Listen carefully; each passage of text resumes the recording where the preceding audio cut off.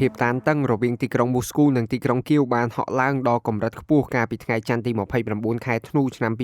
2025បន្ទាប់ពីវិមានក្រំឡាំងបានចោទប្រកាន់អ៊ុយក្រែនថាបានបង្ហោះដ្រូនវាយប្រហារលើគេហដ្ឋានរបស់ប្រធានាធិបតីវ្លាឌីមៀពូទីននៅភាគខាងជើងប្រទេសដែលទង្វើនេះត្រូវបានរុស្ស៊ីព្រមានថានឹងធ្វើពួកគេពិនិត្យឡើងវិញលើគោលជំហរក្នុងកិច្ចចរចាសន្តិភាពយោងតាម Reuters រដ្ឋមន្ត្រីការបរទេសរុស្ស៊ីលោក Sergei Lavrov បានអះអាងថាអ៊ុយក្រែនបានប្រើប្រាស់ដ្រូនចម្ងាយឆ្ងាយចំនួន91គ្រឿងដើម្បីវាយប្រហារលើភូមិគ្រឹះវ៉ាល់ដៃក្នុងតំបន់ Novgorod ចន្លោះថ្ងៃទី28ដល់ថ្ងៃទី29ខែធ្នូលោកលើរូវបានហៅសកម្មភាពនេះថាជាភេរវកម្មរដ្ឋទោះបីជាលោកមិនបានបង្ហាញផុសតាំងជាក់ស្ដែងហើយអះអាងថាដ្រូនទាំងអស់ត្រូវបានបាញ់ទម្លាក់ដោយជោគជ័យក៏ដោយប្រធានាធិបតីអ៊ុយក្រែនលោក Volodymyr Zelensky បានបដិសេធយ៉ាងដាច់អហង្ការចំពោះការចោទប្រកាន់នេះដោយចាត់ទុកថាវាជាការភូតភរលោកបានលើកឡើងថារុស្ស៊ីកំពុងតែបង្កើតលេសដើម្បីវាយប្រហារលើអគាររដ្ឋាភិបាលក្នុងទីក្រុងគៀវនិងដើម្បីបង្អាក់វឌ្ឍនភាពនៃកិច្ចចរចាសន្តិភាពដែលលោកទើបតែបានពិភាក្សាជាមួយលោកប្រធានាធិបតីអាមេរិក Donald Trump